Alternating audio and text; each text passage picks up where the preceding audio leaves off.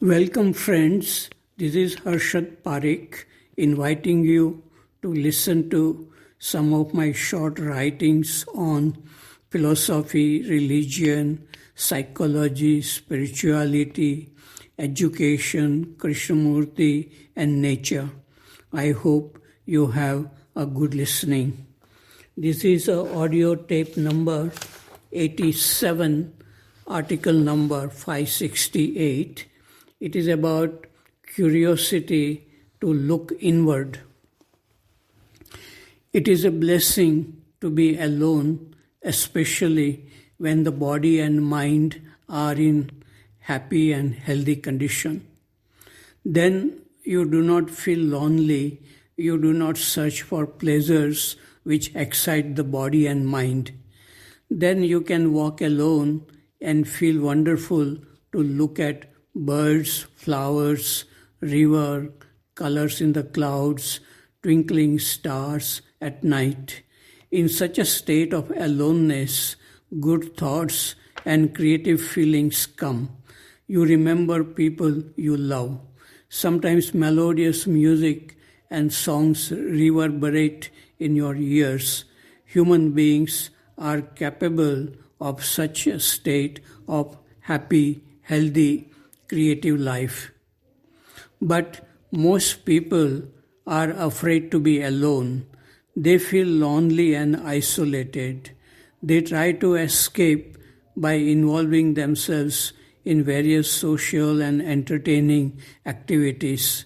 If instead of escaping from loneliness, if they see the true cause of loneliness by watching curiously the thoughts and feelings which give rise to fear and loneliness, there is a possibility of freedom. This is certainly not easy. Escaping from our psychological problems like fear and loneliness is easy and it gives temporary relief, but then there is no possibility for freedom. Most people come to the conclusion that it is natural to have problems like fear, anger, jealousy, loneliness. Human beings are capable of doing extraordinary things with their body and mind in sports, science, music, mathematics, and so on. But very few people have been curious and passionate to observe how their mind works, how problems like fear and loneliness come into existence. Such curiosity is not encouraged in schools and colleges.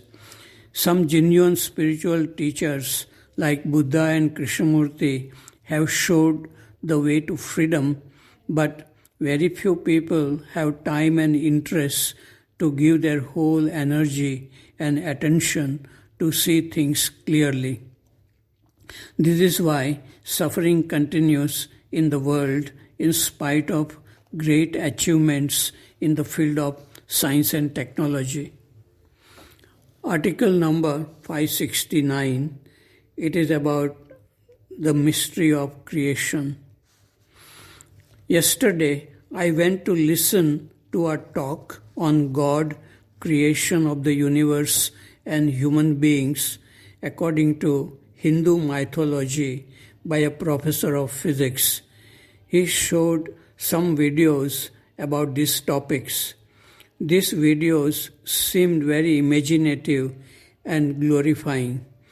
The professor said, quote, "Human beings were created from gods, not from monkeys," unquote. The question is, if human beings were created from gods and holy rishis, why they have become more violent than monkeys and destroying nature?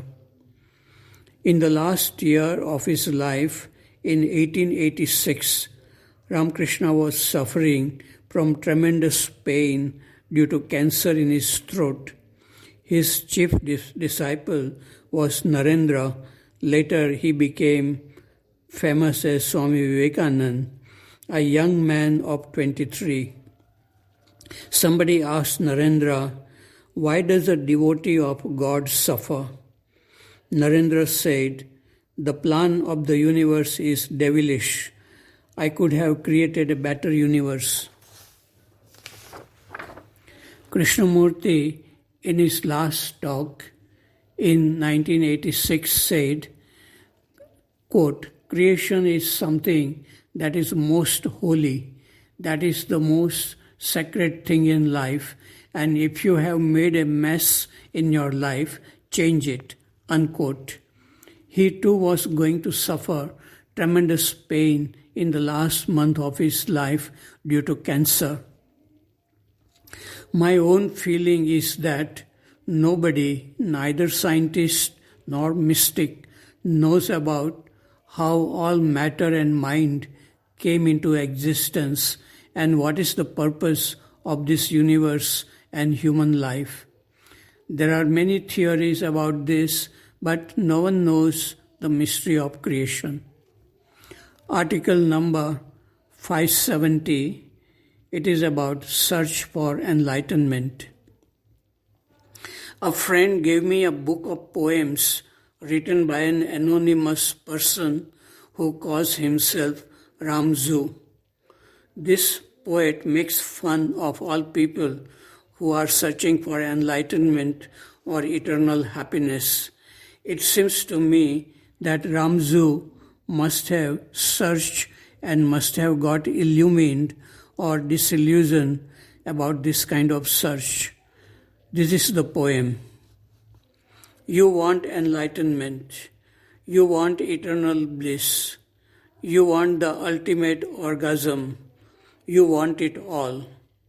You meditate and vegetate. You get baptized and analyze. You are rebirthed and realigned. You have your palms, your cars, your auras and chakras read.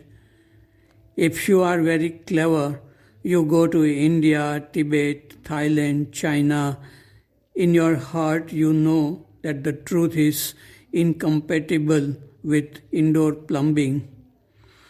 You humbly contract dysentery or hepatitis. You pretend that Sai Baba is different from Oral Roberts. It is a wonder that Ramzu has not died laughing. Article number 571, it is about non-verbal seeing or understanding. It is a beautiful sunny morning at Krishnamurti Center, Rajghat, Varanasi. I am sitting on the terrace of the guest house from where I can see bright red and orange flowers, sometimes tiny blue black birds hover over flowers and suck honey, and squirrels run around playfully. Birds are chirping continuously, and vehicles are moving on the main road with noise. Vasanta College girls are playing basketball, and life goes on with the usual activities, including challenging dialogues on the meaning of life and truth which transcends beyond the mind. It is not easy to understand people at verbal level. Human beings like to express themselves through spoken words, but what they express sometimes creates more confusion if they are not clear within themselves. Very few people speak clearly and who feel the space and silence between their words and sentences. Just the passion to communicate is not enough. Peace is also necessary while speaking. Such a way of speaking does not become a burden on listeners. Krishnamurti spoke clearly, and one can feel the space and silence between his words and sentences. The clarity and peace is felt even in his writings, especially in the commentaries on living. The logic and clarity of words can satisfy intellect of readers or listeners. But to touch the heart of readers and listeners, a teacher must have non-verbal understanding or perception of life and mind. Without these qualities, dialogues become very heavy and ineffective. Silence communicates more effectively than spoken words. Article number 572, it is about happiness. The happiness which comes to you by doing nothing in particular remains with you. Article number 573, about creating a peaceful world. When a person in a discussion or debate becomes emotional and starts abusing the opponent, then it is certain that the person has a strong belief in his view and there is lack of awareness of what is happening to his body and mind. Sometimes friends become enemies. This is happening now more often when people discuss politics mixed with nationality and religion. Those who are truly religious remain free from fear and physical and psychological violence. Many young people want to create a peaceful world, but if they themselves are not peaceful, how can they create a peaceful world? Article number 574, it is about instinct, intellect, and intelligence.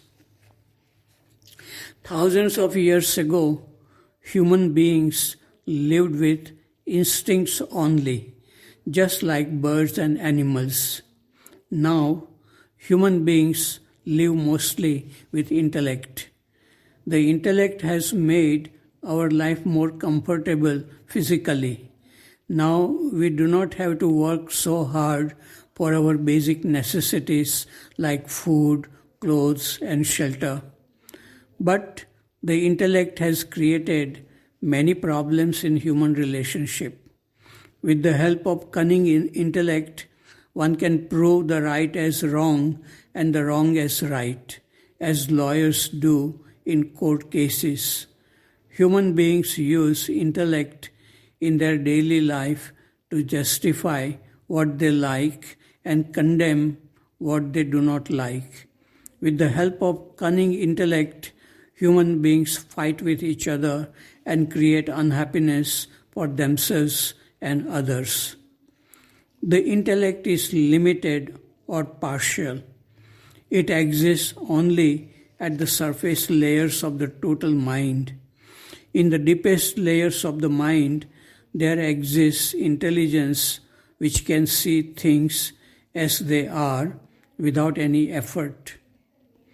To feel this intelligence, one has to dive deep into oneself and be peaceful. This intelligence can use intellect to communicate with people without any conflicts in relationship. The intellect by itself cannot understand or accept the existence of such intelligence because it is limited.